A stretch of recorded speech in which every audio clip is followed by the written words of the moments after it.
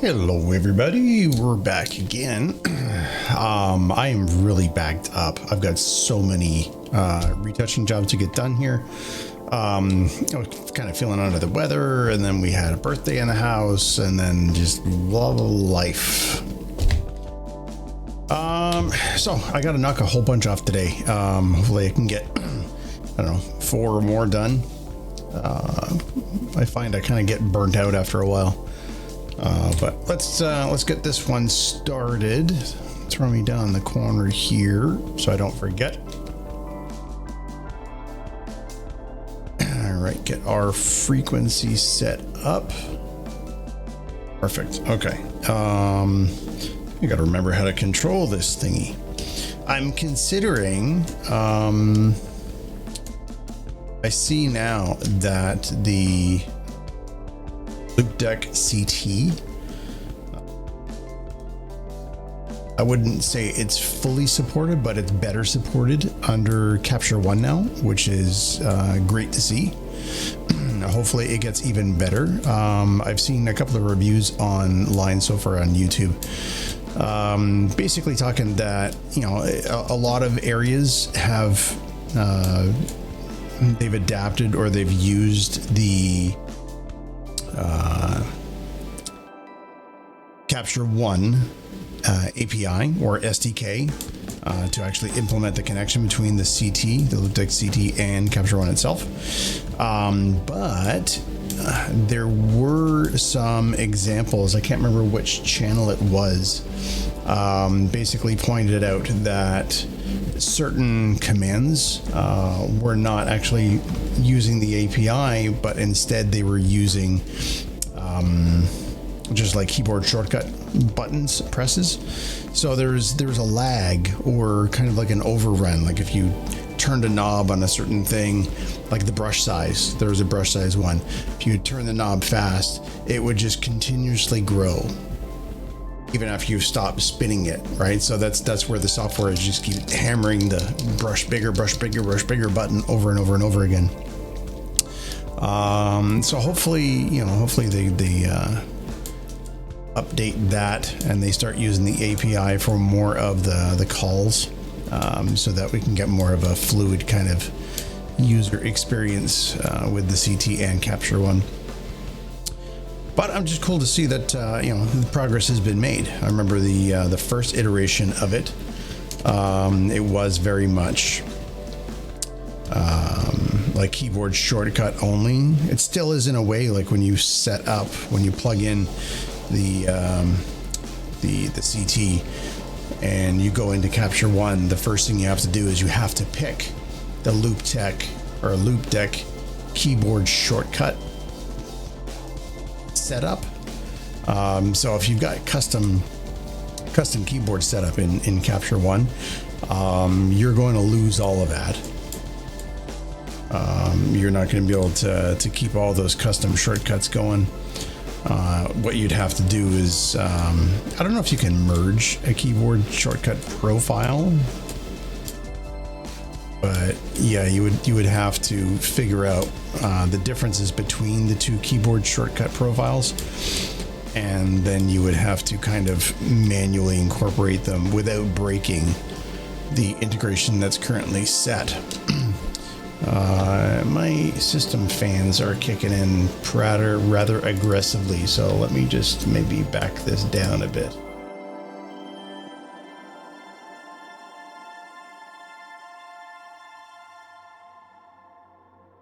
Very quiet.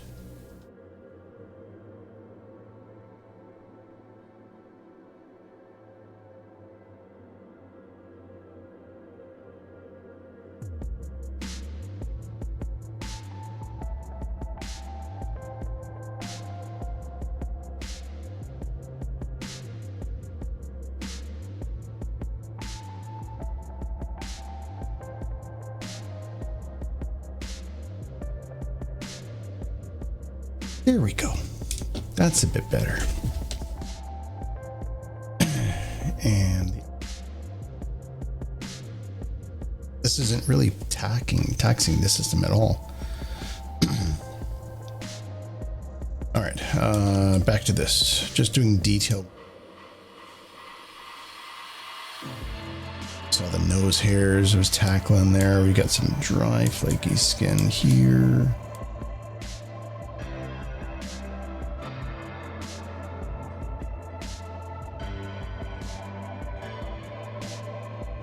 Again, I am working way faster than what Photoshop can follow me. So sometimes I take a sample so quick and I start painting and it's didn't actually read sample point. I got an NVIDIA RTX 2080 in here. Yeah, it's not a 3090, but that thing is a monster. Like, okay, if I was working with Blender and stuff, making renders, the 3090 would come in really handy. But for this, like, I don't know. I've also got, it's an AMD 16 core, so 32 threads. Like, I don't know why Adobe and a lot of the other manufacturers, software developers out there, can't, you know what, take one of those whole cores that's like 3 gigahertz all on its own, just devote that to sample taking. Now we got 3 gigahertz just on snatching a sample. You know, like divvy up a lot of the load across all of these cores that we've got sitting there, and really make Photoshop and a lot of these other packages really scream, really go fast, right? That would be fantastic if they did that.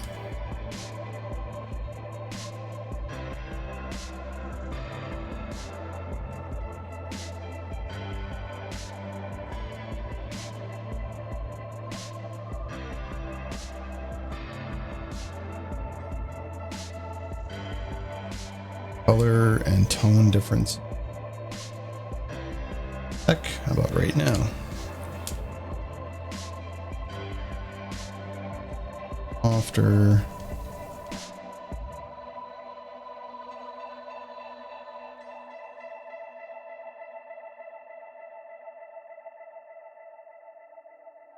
why is this not doing anything?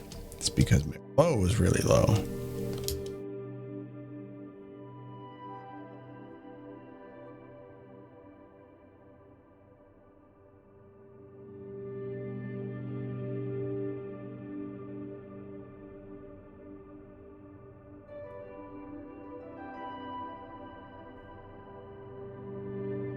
I'm going to go to 10% because I'm going to just soften these dark eyes. Part of it's shadow, but it's misinterpreted as just like a sign of tiredness. That's how it's perceived. A lot of my work is based on the subconscious, so it's just like a subconscious knee-jerk reaction that people have when they see something else.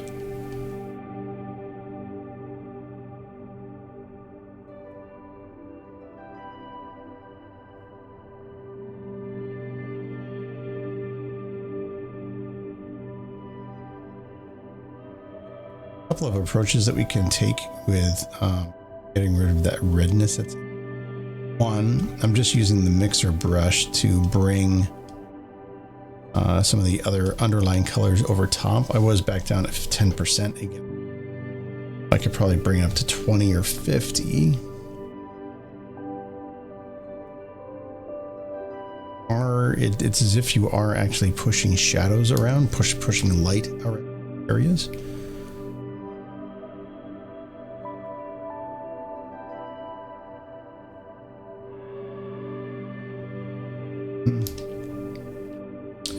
All right, there. Yeah, I did another one of this guy a while back. It may not seem like it YouTube streams because back to back, but it's been a while since I've done here. But this guy had these kind of like white little in his lips down here, so I just wanted to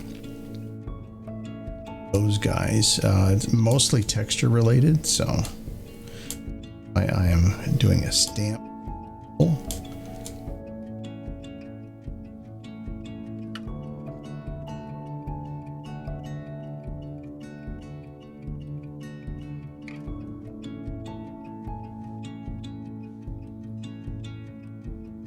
They are punched in really tight.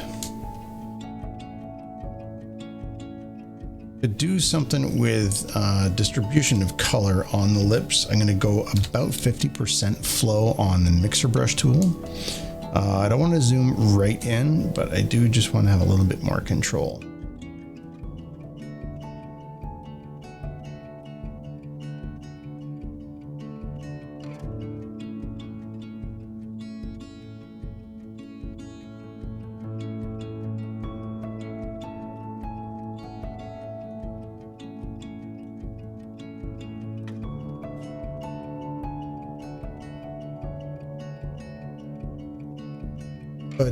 I could take the saturation down on that just a little bit.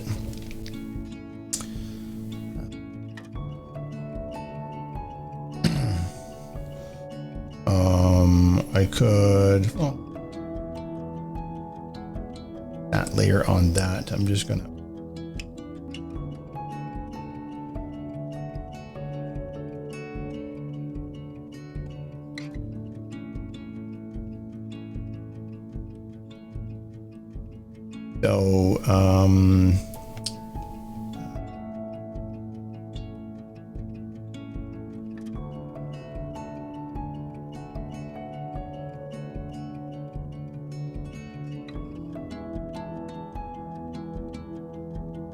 back again. So we're just going to take our brush and we're going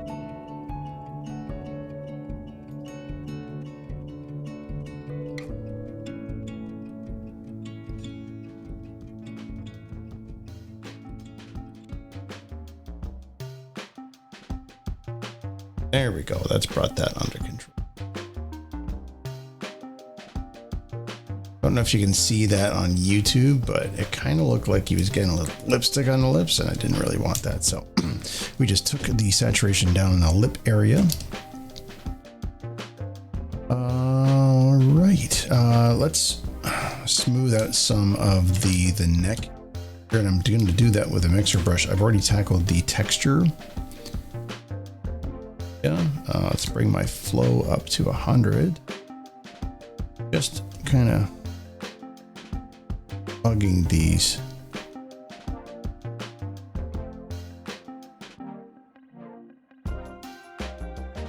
Kind of situation, the bigger the brush, the easier it actually is. Better results you end up getting.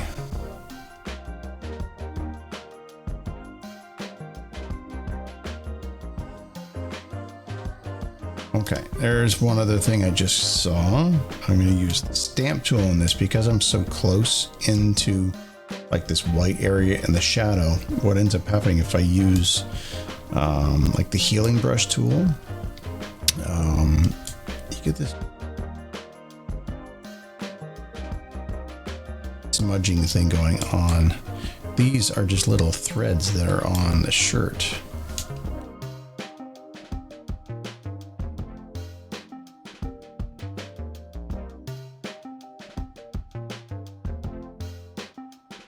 Texture, then we come down to here and brush just a push.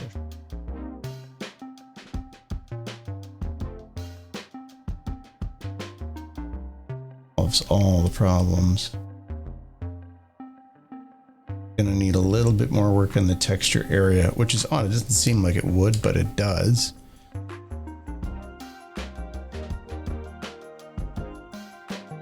Problem is, I don't know if you can see, there is a little darkness right in here, darkness in here, and a little darkness in here, and that's where it's still the old texture.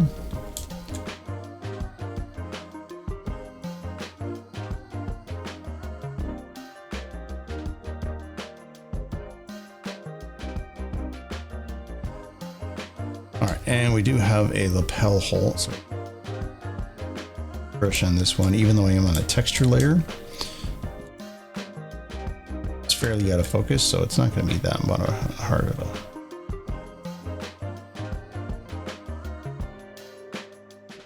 part. Then we get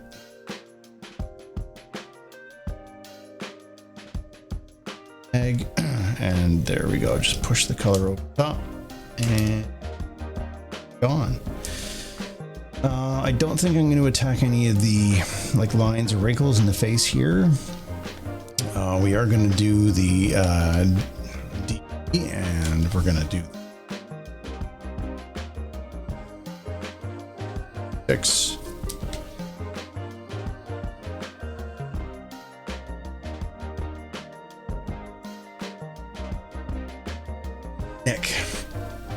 Nick tools. I wish you didn't have this floaty thingy. What I wish you had was maybe something in here. I don't think we can stick that in here.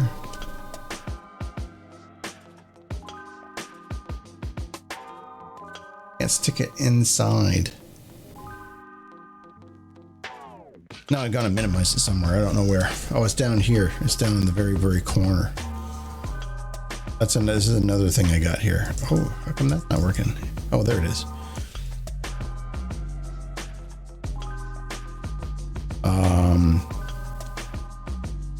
Yeah, I wish they made this thing, but stick inside here. Maybe they do, and I just haven't found it yet. That could very well be it. I've got so much stuff on the go that.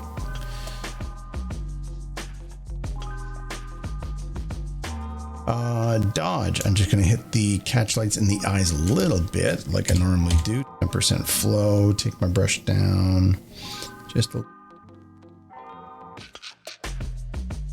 bit more, and this left one on that side. Turn. Ooh.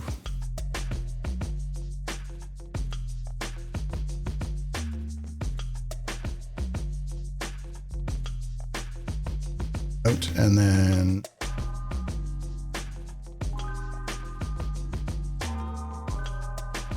close up the group, because now we're going to go to Beauty Retouch.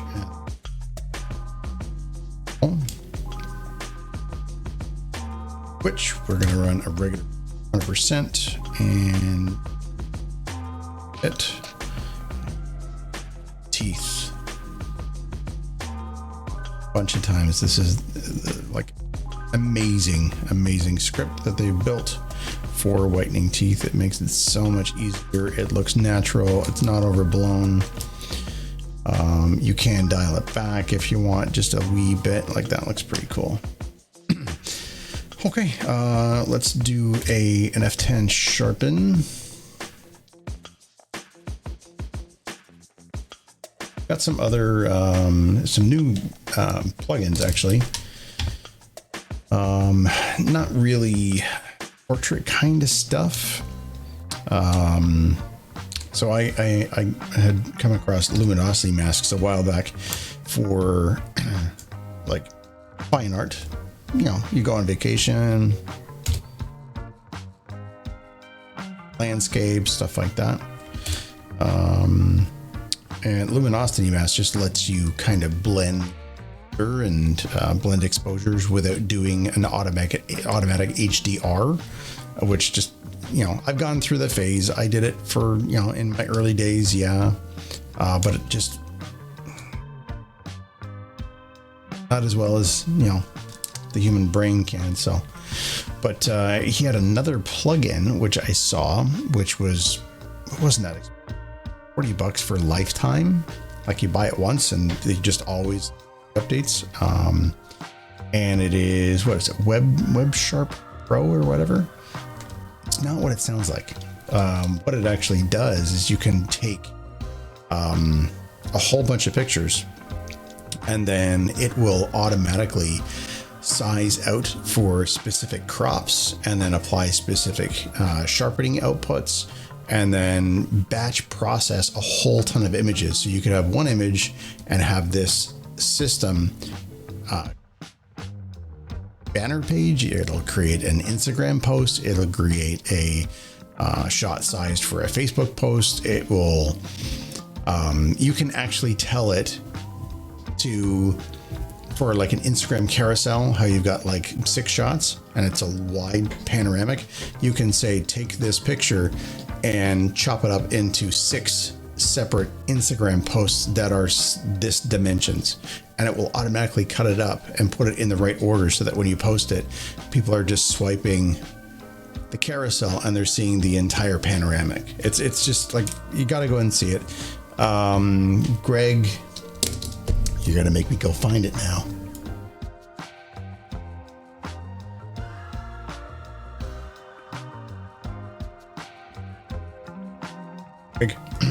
Greg Benz, thank you. Greg Benz. Okay. This is Greg Benz. There's Lumenzia. That's the luminosity masking thingamajigger.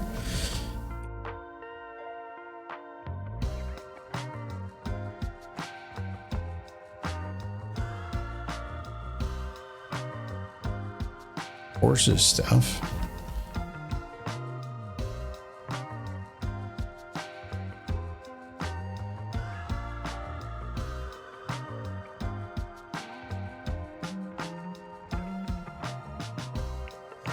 So he's got a free version of a luminosity panel, but there's another. There it is, WebSharp Pro. Thank you. Okay, so gregbenzphotography.com, WebSharp Pro. Watch this video on this page, and he will watch how this thing works. Just phenomenal. It's a fantastic, especially if you're going to do a lot of social media output and stuff like that, and you need to process a whole bunch of pictures at once. Fantastic. And it was, how much is this?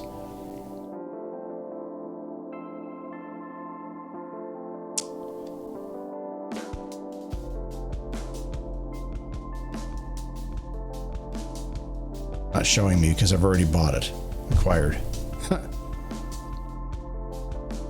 Anyway, it wasn't that much. It was like 40 bucks. Great deal. Back to this. Sharpening has done. So, and our move to have the center. Stick it where we want.